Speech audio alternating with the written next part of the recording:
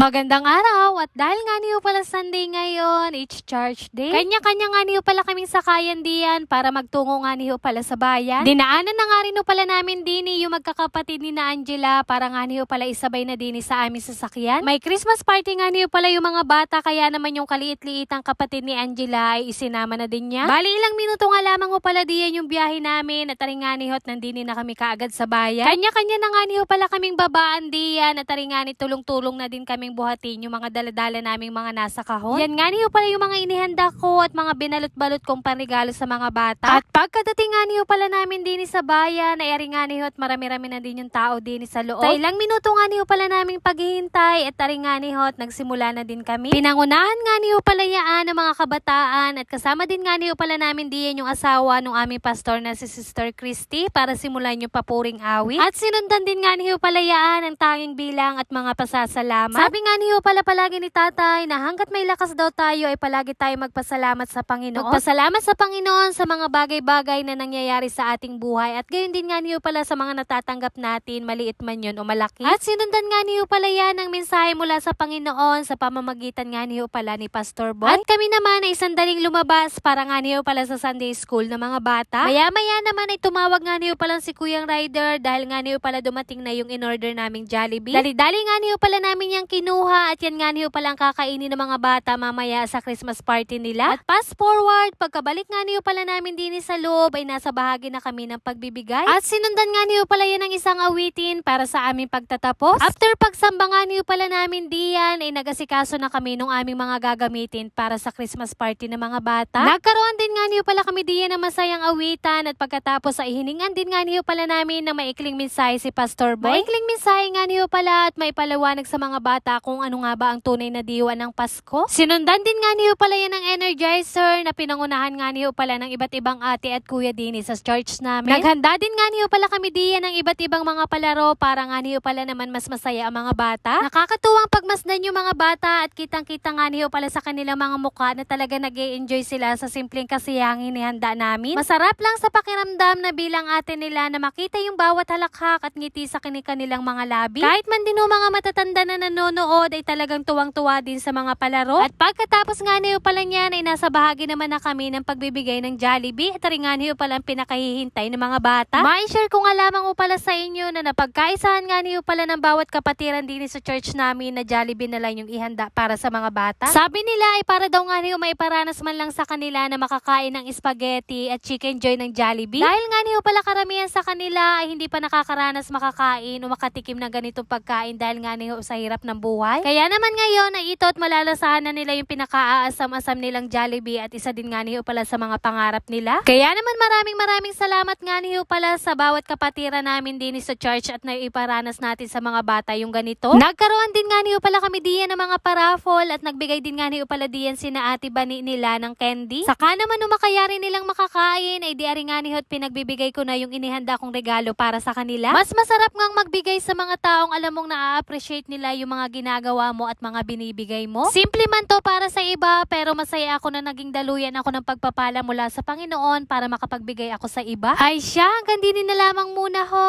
at yun lamang for today's video. Maraming salamat sa inyong panonood. God bless.